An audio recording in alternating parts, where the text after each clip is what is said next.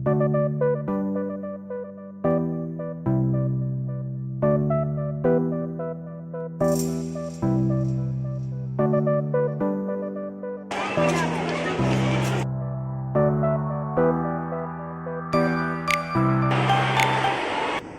ഒന്നും ചെയ്യാറില്ല. ഞങ്ങൾ ഇതുപോലെയൊക്കെ അങ്ങോട്ട് പൊക്കോട്ടെ, ഉപദ്രവിക്കരുത്. പക്ഷേ നിങ്ങളെക്കുറിച്ച് ഞങ്ങൾക്കും നമ്മുടെ സംസ്ഥാന സർക്കാരിനും ഭയങ്കര ജാഗ്രതയാണ്. നിങ്ങൾ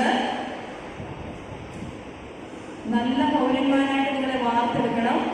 നല്ല വിദ്യാഭ്യാസവും ലക്ഷ്യബോധവും ദിശാബോധവുമുള്ള നല്ല പൗരന്മാരായിട്ട് പുതുതലമുറയെ വാർത്തെടുക്കണം. പുസ്തകത്തിനപ്പുറം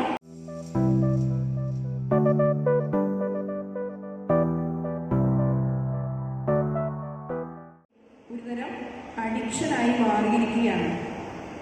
മദ്യപാനം മാത്രമാണോ അഡിക്ഷൻ? പുകവലി മാത്രമാണോ അഡിക്ഷൻ? അല്ല. നമ്മുടെ ജീവിതത്തെ നിയന്ത്രിക്കുന്നത് ആരാണ്? നിയന്ത്രിക്കേണ്ടത് ആരാണ്? നമ്മൾ തന്നെയാണ്, അല്ലെ?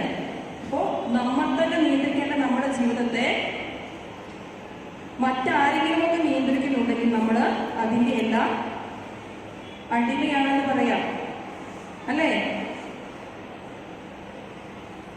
നിങ്ങളിപ്പോ പെട്ടെന്ന് ഫോണൊന്ന് തുറന്ന് നോക്കി, അപ്പോ മനോഹരമായിട്ടുള്ള ഒരു ഡ്രസ്സ് നമ്മൾ കണ്ടു, വാങ്ങാൻ ഉദ്ദേശിച്ചത്. പക്ഷെ ആ ഡ്രസ്സിന്റെ മനോഹാരിതകൾ നമ്മൾ എന്ത് ചെയ്തു? അത് ബുക്ക് ചെയ്തു.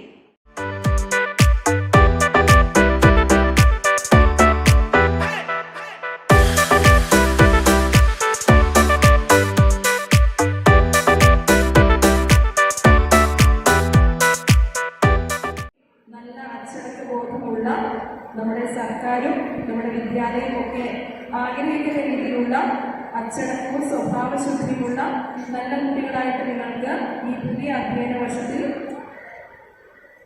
ശോഭിക്കാൻ ഇടയാവട്ടെ എന്ന് ആശംസിച്ചുകൊണ്ട് ഞാൻ നിർത്തുന്നു. നന്ദി, നമസ്കാരം.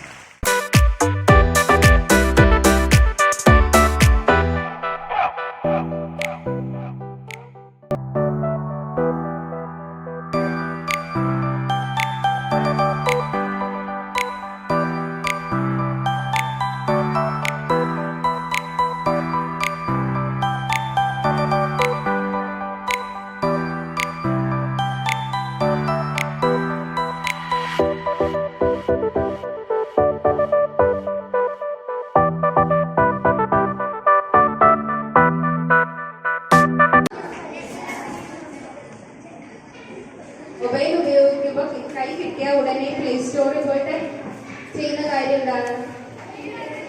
Game download. കാരണം അവർ സത്യസന്ധമായി പറഞ്ഞു, അനുഭവത്തിൽ നിന്നാണ് പറയുന്നത്.